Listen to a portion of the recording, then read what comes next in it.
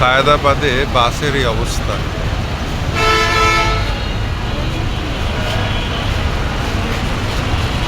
কোনো লোক যেতে পারছে না। বাংলাদেশ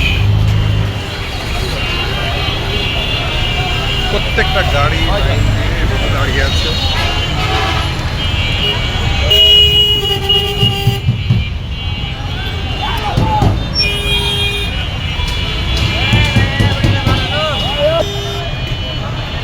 এই পরিমাণে সায়দাবাদে গাড়ি জমা হয়ে আছে যা কল্পনা করা যাচ্ছে না। এই জায়গায় আমি এসএম জসিমউদ্দিন, এখান থেকে যাওয়ার কোনো বিকল্প পথ খুঁজে পাচ্ছি না, হয়তো হেঁটেই যেতে হবে।